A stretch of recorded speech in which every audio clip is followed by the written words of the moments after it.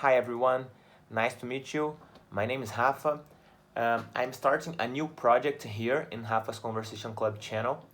I am a soccer coach, a Brazilian soccer coach who have worked in US for 5 years, and I also have a English school, English course, where I teach English for Brazilian. So I decided to do something new here. I created a YouTube channel where I could talk to you, my Brazilian students, my Brazilian friends who loves football, and also to my American friends who loves Brazilian football, Brazilian soccer. I will decide. I used to speak more soccer than football because as I work in US. So if you guys prefer soccer, if you guys prefer football, how do you speak it? How do you say the sport, the name of the sport? So put in the comments for me to help. But I will try to use more soccer than football as I'm talking with some American friends as well. And I created this channel with the idea of talking about Brazilian soccer for everyone and also bring our soccer culture to Americans who loves and who cannot follow that much because it's really hard to follow Brazilian soccer in US in English, right? I just found a few things in Spanish or even in Portuguese, but never in English, so it's really hard to find it in US and also around the world. So first of all, I'm gonna introduce a little bit to you guys how does Brasileirão works.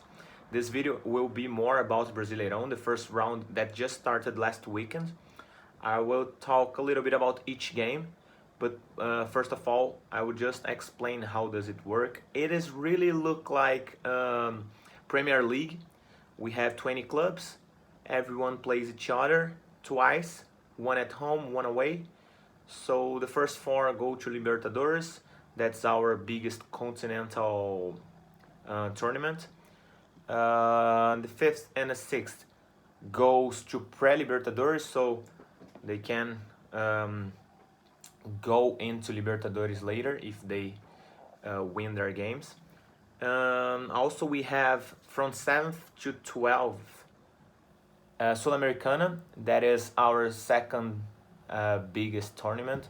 So it looks like a little bit like Europe League in Europe. And the last four are relegated to second division. So that's how Brazilian soccer works, how our biggest league, Brasileirão, works. So I'm gonna talk a little bit about each game. Saturday we had the first game of this year tournament. It started with Cuiabá and Juventude. Both came from second division. They were promoted last year, so it was an interesting game.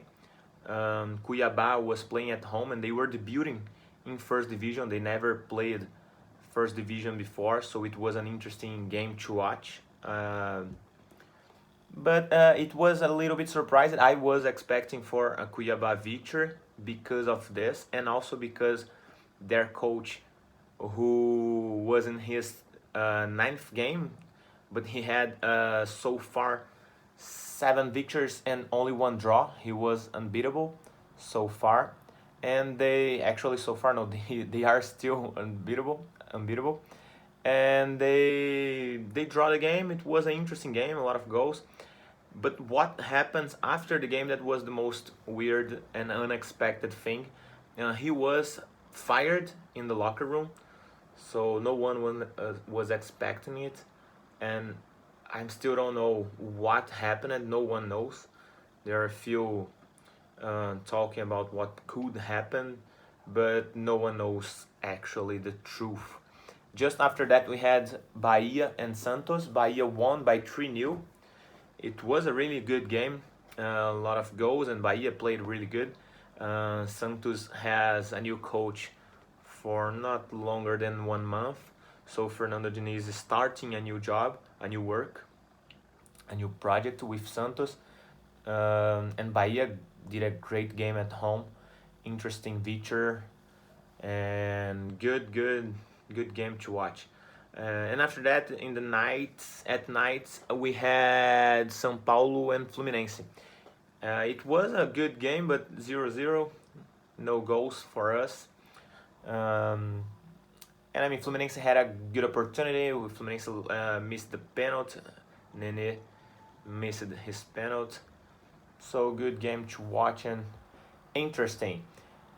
We also had Atlético Mineiro, one of the favorites, playing at home against Fortaleza, Sunday morning at 11 a.m. here in Brazil. And it was a surprising victory for Fortaleza. Atlético started winning the game with one nothing in a penalty kick that Hook scored. Yeah, that Hook, the one who played in Porto, in Zenit, and he was in China. He scored by a penalty shot. And Fortaleza, with 2 goals of Pikachu, they made it 2-1 in the second half.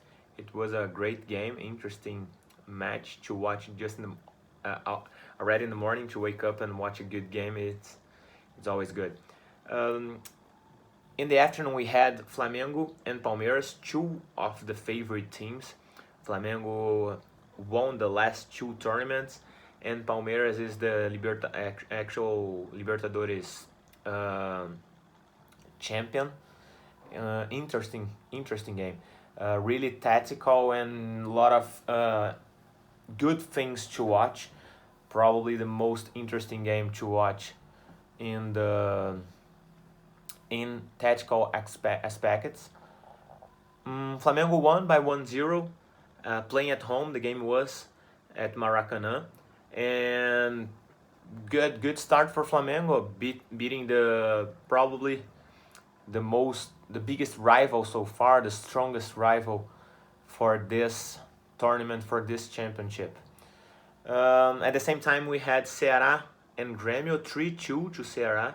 Ceara, who had an interesting and really good last season, a really good campaign last season. They had they have I forgot the name. The coach, the name came out. Sorry, guys. I will remember. Things that happen. And his coach is really good. Is a really good coach, and he's doing a really great job there. He's called Gordiola. It's a funny thing, but it's just a nickname. But it's a really good team to watch. And Grêmio is starting a new job as well. They had Renato Gaúcho for almost 5-6 years leading them. They won a lot of things with him, Copa do Brasil, Libertadores, and a lot of state tournaments. So new job, new project in Grêmio, and Ceará with a strong project could beat them at home. Great game for us. After that, we had at night Corinthians losing at home against Atlético Goianiense. This game I couldn't watch, but it was not the greatest game to watch as well. I was watching Chapecoense and Bragantino. Bragantino is the Red Bull one. Red Bull Bragantino is the club who is sponsored by Red Bull.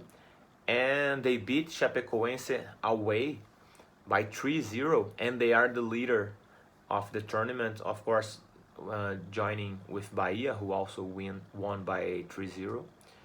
And they have a really interesting team, a lot of young players, a lot of U23 players. As all the Red Bulls clubs in the world used to do, they used to hire a lot of young talents.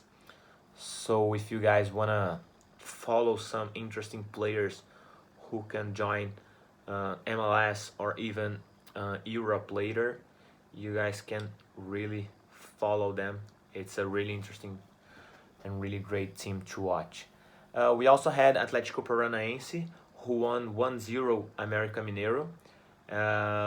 Both América Mineiro, who just was promoted from second division, but they had a really great year in the last season. They had a great season. They went to semi-final of Copa do Brasil, who is a really big deal for a second division club. So they were between the top four, and the Lisca, the coach, is a great coach. He's doing a great job. So great team, and so it was a big victory for Atlético Paranaense, winning América Mineiro at home. So good start for them as well.